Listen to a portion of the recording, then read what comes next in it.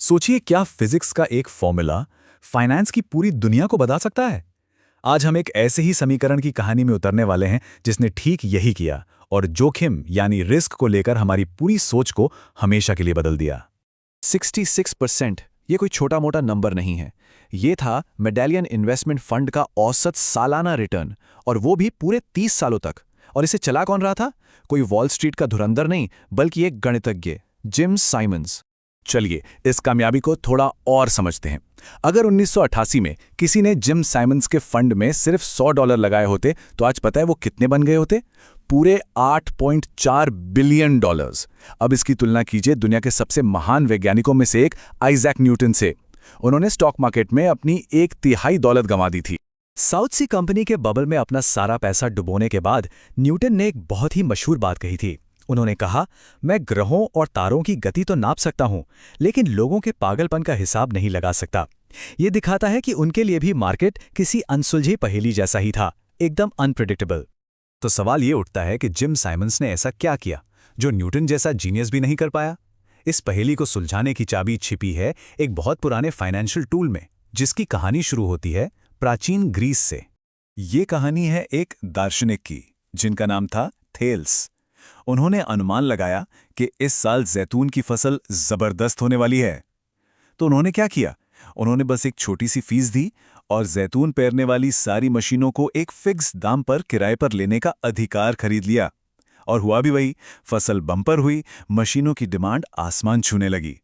फिर थेल्स ने उन्हीं मशीनों को अपने पहले से तय कम दाम पर किराए पर लिया और मार्केट के नए ऊंचे रेट पर दूसरों को किराए पर देकर खूब मुनाफा कमाया। तो थेल्स ने जो किया उसे आज की भाषा में कहते हैं कॉल ऑप्शन। सीधा सा मतलब है भविष्य में किसी चीज को एक तय दाम पर खरीदने का अधिकार, लेकिन जिम्मेदारी नहीं। मतलब अगर दाम बढ़ गया तो खरीदो, नहीं तो छोड़ दो। ये तब बहुत काम आता है जब लगे कि किसी चीज की कीमत बढ़ने वाली है। और इसका ठीक उल्टा होता है पुट ऑप्शन। ये आपको भविष्य में किसी चीज को एक तय दाम पर बेचने का अधिकार देता है। ये तब काम आता है जब डर हो कि दाम गिरने वाले हैं। चलिए इसे एक उदाहरण से समझते हैं। मान लीजिए एप्पल का स्टॉक आज $100 का है। आपने $10 देकर एक कॉल ऑप्शन खरीदा। ये ऑप्शन आपको हक देता है कि 1 साल बाद आप एप्पल का स्टॉक $100 में खरीद सकते हैं। अब सोचिए, 1 साल बाद स्टॉक $130 का हो गया, तो आप अपना हक इस्तेमाल करेंगे, स्टॉक 100 में खरीदेंगे और 130 में बेच देंगे। $30 का फायदा।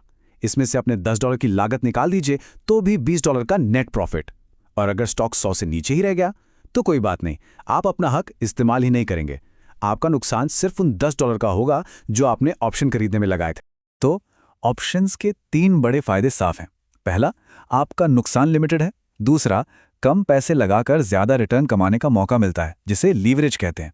और तीसरा, आप इसे इंश्योरेंस की तरह भी इस्तेमाल कर सकते हैं, मतलब अपने रिस्क को कम करने के लिए, जिसे हेजिंग कहते हैं। तो अब आते हैं कहानी के सबसे दिलचस्प मोड़ पर। गणित और खास तौर पर फिजिक्स मार्केट की इस उथल-पुथल में कोई पैटर्न कैसे ढूंढ सकती है? साल 1900 में लुई बाशलियर नाम के एक शख्स ने एक बहुत ही, कह सकते हैं, क्रांतिकारी आइडिया दिया। उन्होंने कहा कि स्टॉक मार्केट की चाल का कोई भरोसा नहीं है। ये बिल्कुल एक रैंडम वॉक की तरह है। मतलब अगला कदम ऊपर होगा या नीचे, ये बस एक सिक्का उछालने जैसा है।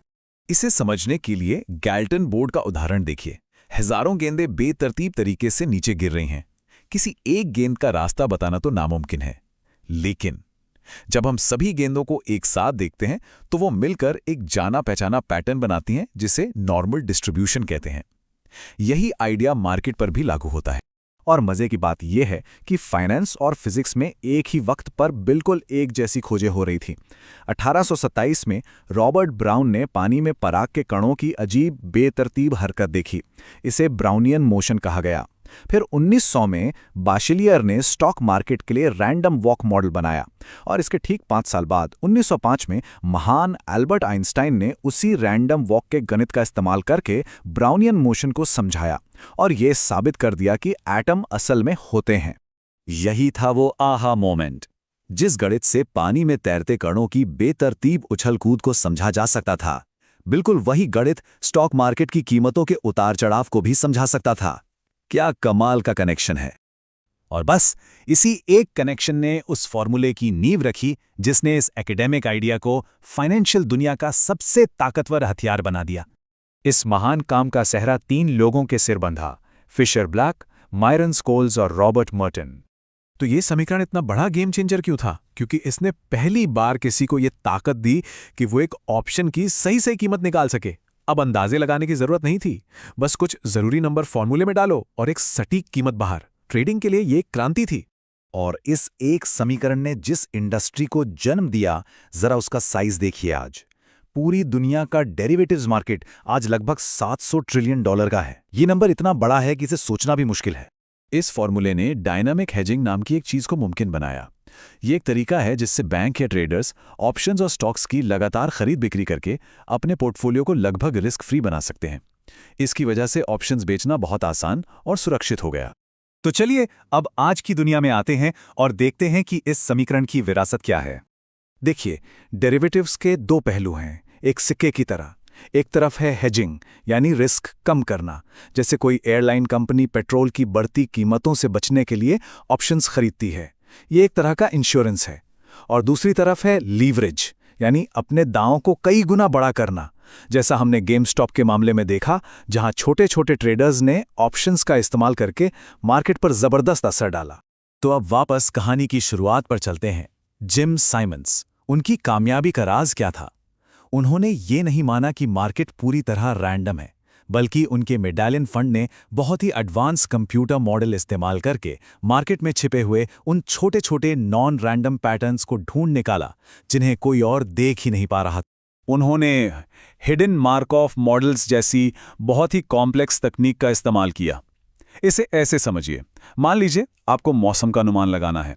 आपको सिर्फ आज का तापमान और हवा की रफ्तार पता है, लेकिन कहीं दूर समुद्र में एक तूफान बन रहा है। ये एक छिपा हुआ फैक्टर है जो आने वाले मौसम पर असर डालेगा। ये मॉडल्स बिल्कुल इसी तरह काम करते हैं। ये उन छिपे हुए कारणों को ढूंढते हैं जो हमें सीधे तौर पर तो नहीं दिखते, लेकिन स्टॉक की कीमतों पर असर डालते हैं। और यहीं पे कहानी हमें एक बहुत ही गहरे सवाल पे लाकर छोड़ देती है। फाइनेंस की दुनिया में गणित और टेक्नोलॉजी की ये जो रेस चल रही है, इसका अंजाम क्या होगा? अगर जिम साइमंस जैसे लोग मार्केट के हर एक छोटे से छोटे पैटर्न को ढूंढकर उसका फायदा उठा लें, तो क्या एक दिन ऐसा आएगा जब मार्केट बिल्कुल परफेक्ट और सच में पूरी तरह से रैंडम बन जाएगा?